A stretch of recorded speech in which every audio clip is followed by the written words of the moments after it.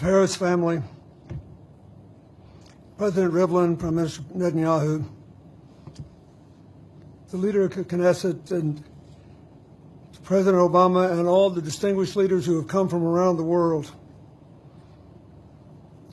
Yesterday, the Prime Minister did something that was unthinkable back in the dark ages when I was President of the United States. He sent out a tweet.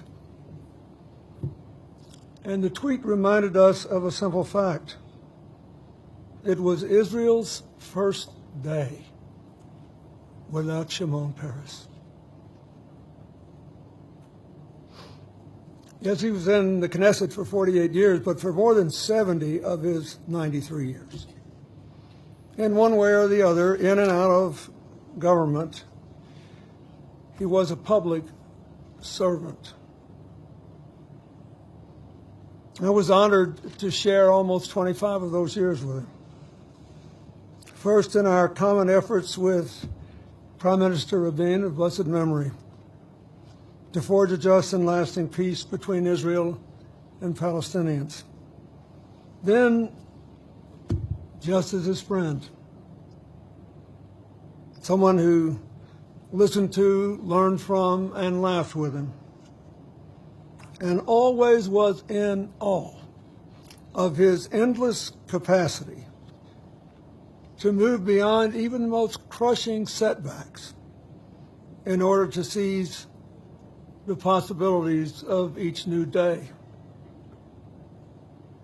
I am honored the family asked me to tell you what he meant to someone who is not a citizen of this country I love so much, but who was nevertheless blessed and inspired. And I think in many ways is representative of millions more he touched, though he never met. Israel watched him grow first from sort of young genius, doing his best to build undefeatable defense forces, through a long life to become a wise champion of our common humanity. Someone who wanted the best for all children. Yes, the Israeli children, but also the children of his neighbors and the larger world. The previous speakers have reminded me again of a clip I saw last night on television where Shimon was being interviewed by Charlie Rose. And he looked at him sort of saying, I'm going to serve a softball up to you and watch you hit a home run.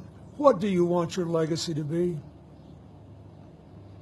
And he said, I'm more concerned about tomorrow than yesterday.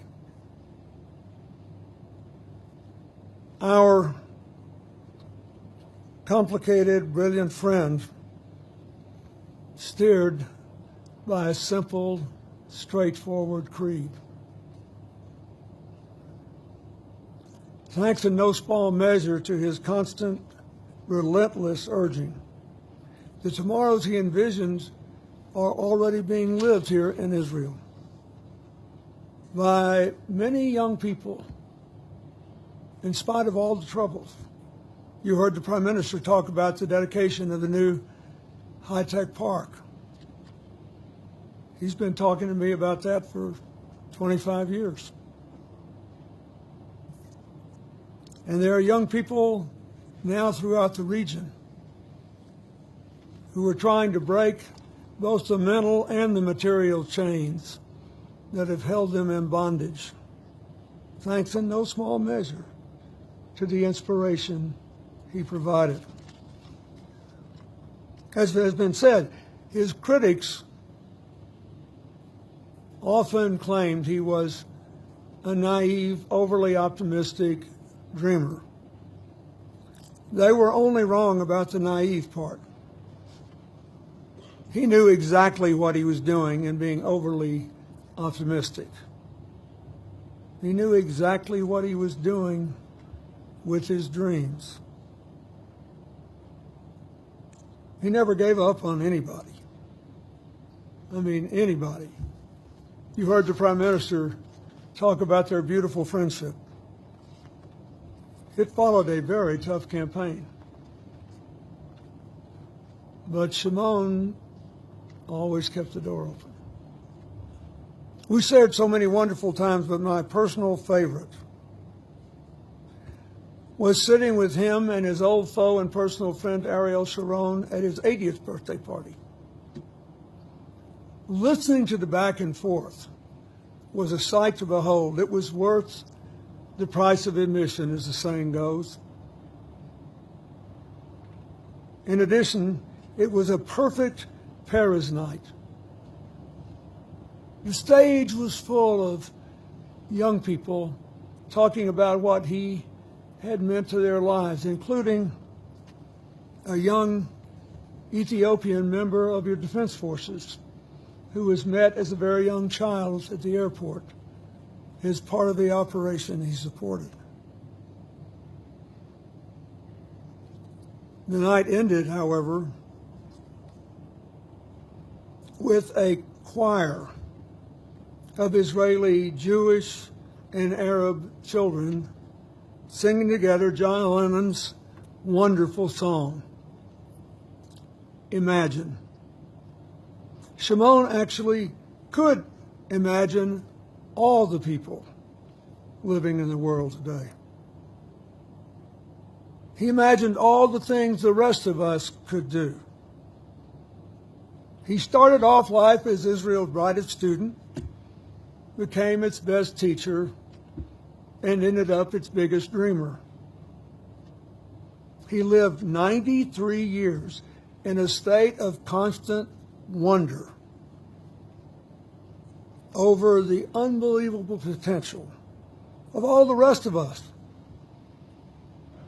to rise above our wounds, our resentments, our fears, to make the most of today and claim the promise of tomorrow. Now, it must have been hard for him to do this. It's easy to say things like this at a memorial service. It's hard to do.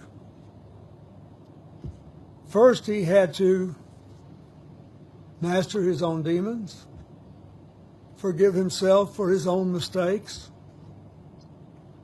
and get over his own disappointments. The monumental effort required to do that grew his heart to be bigger than his brain, which is really saying something. That effort also, I am convinced, is what made him forever young. Now he is gone, leaving only a blessed memory and a powerful example. That's more than enough. If those of us who loved him from near and far accept our duty to keep his gifts alive. So for the rest of our lives, whenever the road we travel comes to a dead end, or the good we seek to do hits a stone wall, or the hand of friendship we extend meets only a cold stare, in his honor, I ask that we remember Shimon Peres's luminous smile and imagine.